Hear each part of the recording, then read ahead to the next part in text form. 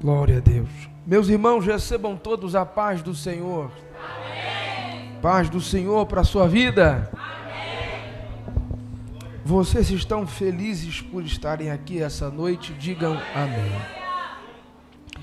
Eu também estou muito feliz de poder, pela segunda vez, a pastora Jaqueline me lembrou, eu estive aqui há uns 5 anos atrás, e estar aqui novamente é uma alegria, uma honra. Eu me sinto honrado a Deus pela oportunidade que Ele me deu de estar aqui novamente. Quero ser grato ao nosso pastor Romero. Pastor, muito obrigado pelo Senhor me conceder mais uma oportunidade. Deus abençoe vocês, essa família tão abençoada. Inclusive, me conheceram bem pequeno, bebê ainda. Estar aqui hoje é uma bênção na minha vida. Obrigado, Deus abençoe vocês. Sara, Deus abençoe sua vida. Ao grupo jovem desta igreja, Deus abençoe. Quando eu agradeço aos pastores, eu agradeço a todo o corpo de obreiros, a toda a liderança. Que Deus abençoe vocês, e eu quero declarar que a expansão dessa igreja passa pela sua vida, e você será usado por esse tempo. Você será um canal de bênção para outras vidas. Você crê assim? Diga amém. Eu sou o pastor Miguel Viana, sou pastor na Assembleia de Deus Vitória em Cristo. Meu pastor é o pastor Silas Lima Malafaia. Eu tenho a bênção dele para estar aqui. Sou casado com a irmã Tayane, sou pai do Theo, pai da Maitê. Não estão aqui porque lá na igreja hoje está tendo um evento de família. Eles estão lá na igreja, mas eu vim aqui cumprir meu chamado, e eu acredito que Deus tem uma palavra para alguém essa noite. Abra sua Bíblia, por favor. Evangelho de Jesus segundo escreveu João, capítulo 4. Abra sua Bíblia. Glória a Jesus, aleluia. Evangelho de Jesus segundo escreveu João, capítulo 4, versículo de número 7 em diante. Já tem? Obrigado, viu? Você já achou João 4:7? Diga amém. Amém. Diz assim, minha versão é a King James. Então, vindo uma mulher de Samaria para tirar água, disse-lhe Jesus: dá-me de beber. Pois seus discípulos tinham ido à cidade para comprar alimento. Então disse-lhe a mulher samaritana: como é que tu, sendo judeu, pedes de beber a mim, que sou mulher de Samaria? Porque os judeus não se relacionam com os samaritanos. Jesus respondeu e disse: se tu conheceras o dom de Deus, e quem é o que te diz dá-me de beber, tu lhe pedirias e ele te daria água viva. Disse-lhe a mulher: Senhor, tu não tens com que atirar, e o poço é fundo. Onde, pois, tens a água viva? És tu maior que Jacó, nosso pai, que nos deu o poço, do qual ele mesmo bebeu, os seus filhos e o seu gado? Então Cristo respondeu e disse-lhe: qualquer um que bebe desta água terá sede novamente. Mas aquele que beber da água que eu lhe der, nunca mais terá sede. Mas a água que eu lhe der se fará nele uma fonte de água a jorrar para a vida eterna. Disse-lhe a mulher: Senhor, dá-me desta água, para que eu não tenha sede e não venha aqui tirá-la. Disse-lhe Jesus: vá, chama o teu marido e venha. A mulher respondeu e disse-lhe: eu não tenho marido. Disse-lhe Jesus: tu dissestes bem, eu não tenho marido, porque tu tiveste 5, e o que agora tens não é teu. Isto disseste com verdade. Disse-lhe a mulher: Senhor, eu vejo que tu és profeta. Só até aqui. Se você puder, ok? E quiser manter a sua Bíblia aberta, daqui a pouco eu vou ler alguns outros versículos com vocês. Eu prometo que eu não vou me estender aqui nesta minha oportunidade. Nós estamos diante de um dos textos clássicos da Bíblia. É um dos textos muito usados por aqueles que ministram a palavra. Eu não vou pregar aqui nada inédito, para esta igreja. Eu quero relembrar aquilo que você já leu, já ouviu, já pregou. Quem sabe você conhece esse texto até muito melhor do que eu. A Bíblia começa a falar acerca de alguns milagres que Jesus operou.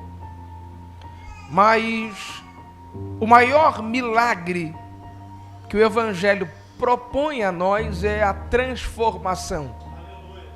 Eu tenho dito que o Evangelho que não nos transforma é tudo menos Evangelho.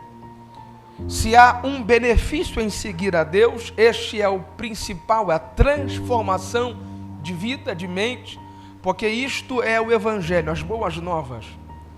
O capítulo 4 de João é um capítulo que narra um pouco sobre isso.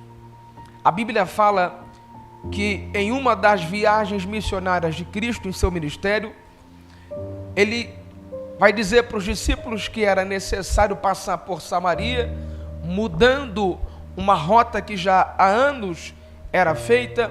Você sabe melhor do que eu, que em sua trajetória os judeus evitavam passar por Samaria por conta de um problema antigo de adoração a deuses estranhos e de uma mistura entre povos. Cristo, ele em sua jornada quebra esse protocolo que há muito tempo alguém respeitava. Ele decide passar por Samaria, não havendo necessidade física de passar por Samaria. A rota já estava pronta, dar a volta por Samaria era um caminho comum, mas a necessidade que Cristo está falando não é acerca de um caminho, mas sim de um propósito, porque o propósito tem o poder de mudar a nossa rota em nossa jornada. Cristo entra por Samaria quando os seus discípulos vão dizer a ele que tem fome e vão comprar o que comer. Neste episódio, a Bíblia fala que Cristo se assenta num poço, e quando ele se assenta neste lugar, a Bíblia fala que pouco tempo depois, uma mulher se aproxima do poço com um cântaro, a fim de tirar água para beber. Chegamos ao texto em que lemos, a Bíblia menciona que quando Jesus chega e se assenta, pouco tempo depois essa mulher se aproxima. Quando a mulher se aproxima, Cristo faz a ela um pedido dizendo: mulher, dá-me de beber. Perceba que Cristo está pedindo água para esta mulher, e assim que essa mulher escuta, ela lhe responde, e escute o que eu vou te dizer, não há grosseria na resposta dessa samaritana. A consciência. Ela diz assim: como tu, sendo judeu, pedes de beber a mim, que sou mulher de Samaria, ou que sou mulher samaritana? Perceba, ela prossegue concluindo: como tu, sendo judeu, pedes de beber a mim, que sou mulher de Samaria? O texto diz assim: porque os judeus não se relacionam com os samaritanos. Não são os samaritanos que não se relacionam com os judeus. São os judeus que não se relacionam com os samaritanos. Então essa atitude de não se relacionar partiu dos judeus. E ela diz: como é que tu, sendo judeu, pedes de beber a mim, que sou mulher de Samaria? Ela está querendo lembrar para ele que pela lógica não pode ter aproximação. Pela lógica não pode ter um contato entre os dois. Pela lógica não pode ter um relacionamento entre os dois. Ela é samaritana, ele é judeu. Então o que ela está falando é o seguinte: tem um abismo entre mim e você. Esse abismo não foi eu nem você que construímos, é de muito tempo atrás. Como é que tu pedes de beber a mim, que sou mulher de Samaria? Não tem evidência de que Jesus tinha algum motivo para falar com ela. Só que escute, ele responde: se você soubesse quem te pede. Perceba que ele não falou se você soubesse de onde eu vim, se você soubesse que eu sou judeu. Ele disse: se você soubesse quem. Ele está querendo deixar bem claro que mais importante é quem ele é do que toda a tradição de anos. Como quem diz: se a tradição afastou você pelo que alguém antes de você cometeu, a graça está disponível para reafirmar esse relacionamento entre a gente. Então me escute, Cristo quer deixar bem claro que Ele é mais importante que a tradição, que Ele é mais importante que costumes antigos. Ele é Deus encarnado, segundo o próprio João. Ele diz assim: se você soubesse quem te pede água, tu me pedirias e eu te daria a água que jorraria para a vida eterna. Ela fala assim: Senhor, tem um problema aí. Da onde o Senhor vai tirar esta água? Porque o poço é fundo. És tu maior do que o nosso pai Jacó? Perceba como é que esta mulher está presa a coisas passadas. Primeiro, a tradição de não se relacionar. Segundo, ela está valorizando Jacó. Só que ela precisa entender que o novo acabou de chegar para a vida dela. Se você não reconhece o novo, você nunca viverá tudo aquilo que o novo quer trazer para você. Então aqui vai um conselho: reconheça o que é novo e o que é benéfico para a sua vida. Porque às vezes o novo causa espanto, o novo às vezes causa um estranhamento da parte de alguém, o novo às vezes causa desconfiança. Só que dependendo de quem está vindo esta novidade, vale a pena acreditar. Cristo diz assim para ela: mulher, deixa eu te dar uma notícia. Qualquer um que bebe desta água tem sede novamente. Perceba o que ele está falando. Qualquer um que bebe desta água tem sede novamente. Ele começa, a partir do versículo 13, falar de outro assunto com esta mulher. Eu preciso da sua atenção, prometo que eu não vou me estender demais aqui hoje. Olha o que ele diz: qualquer um que bebe desta água, ou seja, ele não faz acepção de ninguém. Qualquer um, negro, branco, judeu, samaritano, rico, pobre, quem anda a pé, quem anda de carro, quem mora bem, quem mora mal, qualquer um que bebe desta água tem sede novamente. Só que ele entra em outro assunto a partir de agora. Ele fala assim, ó: mas aquele que beber da água que eu lhe der. Ou seja, ele está falando sobre duas coisas diferentes que podem ser confundidas. A primeira é a sede física. Ele está falando que qualquer um que tenta matar a sede com coisas físicas tem sede novamente. Você está aqui ainda? Vamos lá.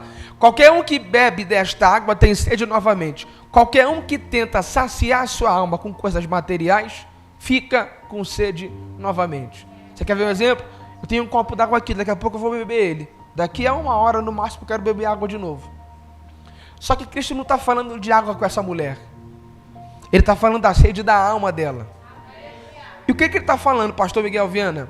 Enquanto você tentar preencher tua alma com coisas materiais, você fica com sede de novo. Prova, pastor? Provo, em duas vertentes diferentes. A primeira, e é a mais clássica, é a vertente da conquista. Me escute. Você percebe como é que a conquista é uma sede que nunca termina na vida do homem? Vou te explicar o porquê. Às vezes você está aí na sua vida desempregado e a sua oração é assim com o Senhor: Senhor, um salário mínimo já estaria muito feliz. Estou desempregado, me dá um emprego. Aí Deus vai lá e te dá um emprego com salário mínimo. Daqui a 1 ano você trabalha muito e ganha pouco. Porque supre, mas supre momentaneamente. Você quer ver outro? Você está hoje andando a pé. Exemplo, tá? Você compra agora o Corolla Cross 2024. Lindo. Daqui a 6 anos, vai estar velho. Você vai querer outro carro. Porque a sede da conquista, ela nunca termina em nós. Mais um exemplo.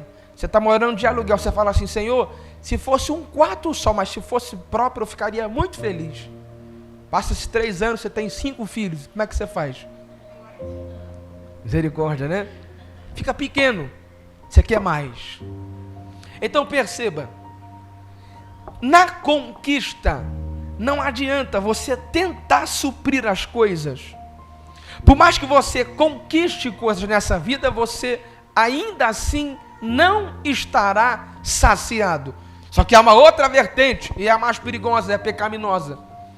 Alguém busca prazeres momentâneos na sua vida inteira e na maioria das vezes ou em todas. O prazer dura momentos, mas a sede continua.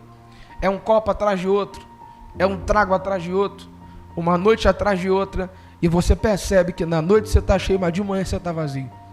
Porque não adianta tentar suprir coisas concernentes à sua alma com matéria.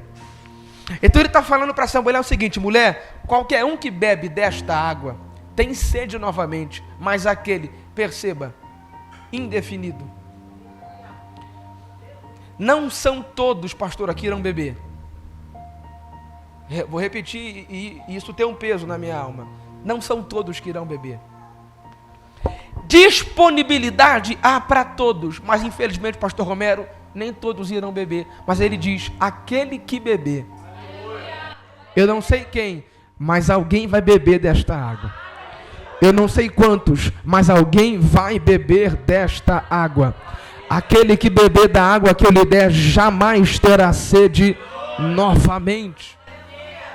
Espera aí, pastor, como é que eu nunca mais vou ter sede? Aí ele entra na sede da alma. Ele está falando o seguinte, e se vale para alguém, se adora a Deus comigo, eu sou um pregador pentecostal, vi que vocês também são. Escute, olha o que ele diz: nunca mais terá? Nunca mais terá? Espera aí, se ele falou agora há pouco que quem bebe de coisas concernentes à matéria tem sede novamente, como é que ele fala agora que eu nunca mais vou ter sede? Ele está falando: quem bebe da água do meu espírito está saciado. Escute, está saciado de tal maneira que mesmo que desempregado, mesmo que morando de aluguel, mesmo que andando a pé, mesmo com carro ano 82, ele está saciado dentro dele. Porque o que mata a sede dele não é a matéria, é a água do Espírito. Alguém está entendendo o que eu estou pregando aqui essa noite? Eu vim declarar que carro é muito bom, chave é muito bom, apartamento é muito bom, viagem é muito bom, mas aquele que bebe da água do Espírito, esse está saciado eternamente. Quem crê nesta palavra essa noite, abre a sua boca e engrandeça o nome de Jesus.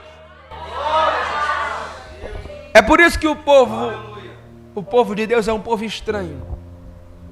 Você quer ver? Talvez, pastor Romero, exista alguém aqui desse jeito. Irmão, você conhece um crente que está na luta, no auge da prova, formado no deserto, pós-graduação em vento. Você conhece alguém assim? Você fala assim, paz, ele diz, paz. Você está bem? Estou na bênção. Como é que você explica alguém que está no auge da luta com um sorriso no rosto, engrandecendo ao Senhor? É porque esses já beberam da água do Espírito. Esses já foram saciados pela presença de Deus em sua vida.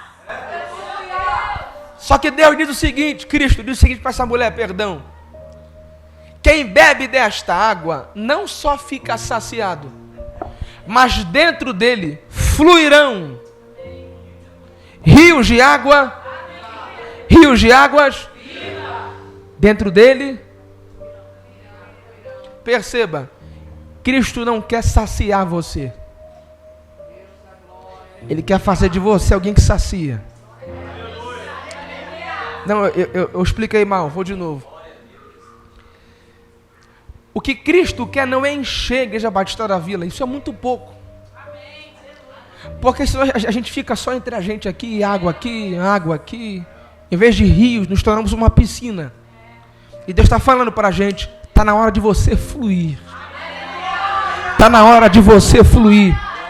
Posso falar uma coisa, sim ou não? O maior pregador da sua rua não sou eu. O maior pregador da sua casa não sou eu. O maior pregador da sua história é você. Então aprenda a fluir rios de água viva. Quando você entende isso na sua mente, você começa a ser um profeta que alguém do seu lado precisa para receber uma palavra. Eu quero declarar que a partir de hoje, rios fluirão dentro de pessoas que estão aqui neste lugar. Cristo começa a trocar o que essa mulher tem como mentalidade. Ele falou que dentro dela fluirão rios de água viva. Essa mulher estava indo aonde tirar água? Alguém lembra? Alguém lembra? No poço. Cristo fala de uma fonte de águas vivas. Aqui é uma pequena diferença. Primeiro, todo poço, ele é feito por mãos humanas. Segundo, todo poço é feito na terra e na profundidade terrena se constrói o poço. Terceiro, para alguém receber o que está no poço, este alguém tem que fazer muita força. Naquele tempo, cântaro, corda na mão e puxava. Hoje tem bomba, né? Naquele tempo, na força do braço, puxava-se a água do poço. Então o poço tem 3 coisas que o marcam. Primeira, ele é feito por mãos humanas. Segundo, este poço, para alguém receber dele, tem que fazer muita força, muito esforço. Terceiro, esse poço é nas profundidades terrenas. Cristo fala para ela de um rio, de uma nascente, de uma fonte. Qual é a diferença, pastor Miguel Viana? Nenhum homem é capaz de produzir uma fonte de rios. Nenhum homem é capaz de produzir uma nascente. Ninguém. A nascente já foi feita pelo próprio Deus. Pastor, o que é isso? Irmão, se você conhece alguém que faz uma nascente. Segundo, nenhuma nascente começa embaixo. Toda nascente começa em cima. Terceiro, ninguém faz força para receber da nascente. Para receber da nascente é só estar posicionado onde ela está jorrando. Jesus está falando algo sério para nós aqui essa noite. Tudo que a terra tem para te dar, você faz muita força para receber. Mas tudo que eu tenho para te dar, se você estiver na minha posição, você vai receber diante da minha graça. Com Cristo, é menos força e mais posicionamento. Então, o que ele está falando para essa mulher é o seguinte: chega de você viver pelo que a terra vai te dar. Comece a viver pelo que o alto vai liberar sobre a sua vida. Ela entende essa palavra, recebe essa palavra, compreende essa palavra e ela começa a fluir. Vamos para o texto? Acompanhe comigo, por favor. Versículo 28 do capítulo 4, eu começo a fechar. 4:28, acompanhe comigo.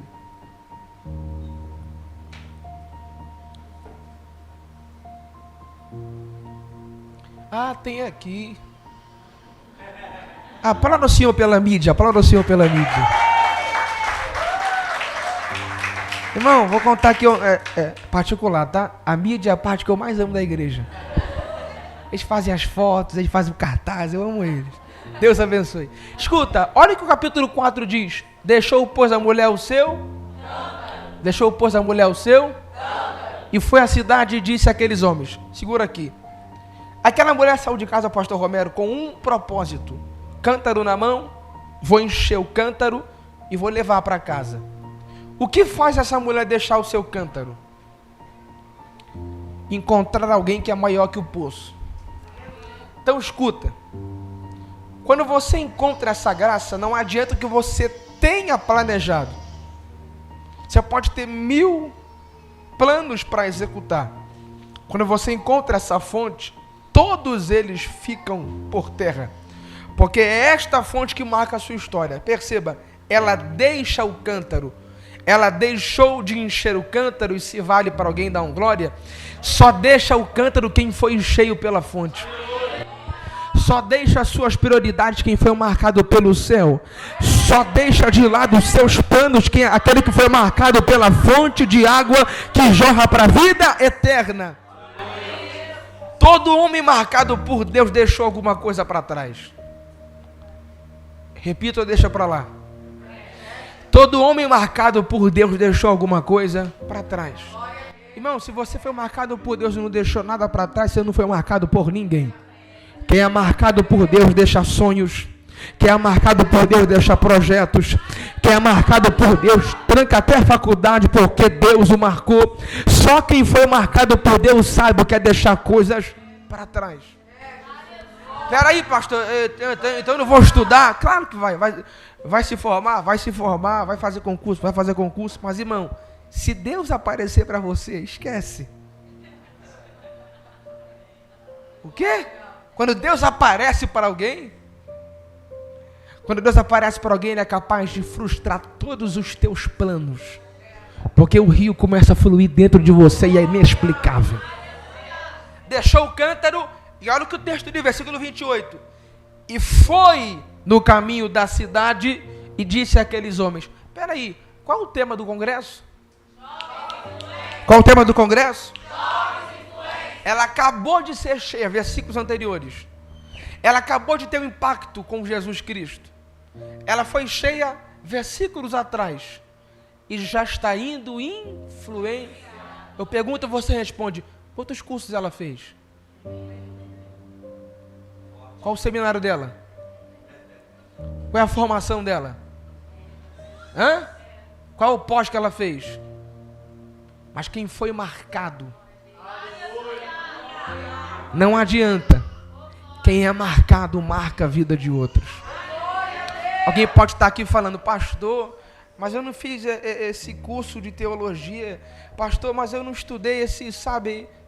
Deus está falando assim, se você só contar quem você era antes e quem você é agora, você será um profeta para esta geração. Irmão, eu acredito que o testemunho seja a maior mensagem que você vai ter na sua vida inteira. Imagina o seu vizinho que conhecia você antes da fonte, está vendo quem você é agora. Então entenda, quem quer marcar uma geração, não espera, vai lá e marca. Quem quer marcar a sua geração, não fica dando desculpa, vai lá e marca. O texto fala assim, ó, ela foi na cidade e disse aos homens, versículo 29, vinde, vede um homem que me disse todas as coisas que eu tenho feito. Não é este o Cristo?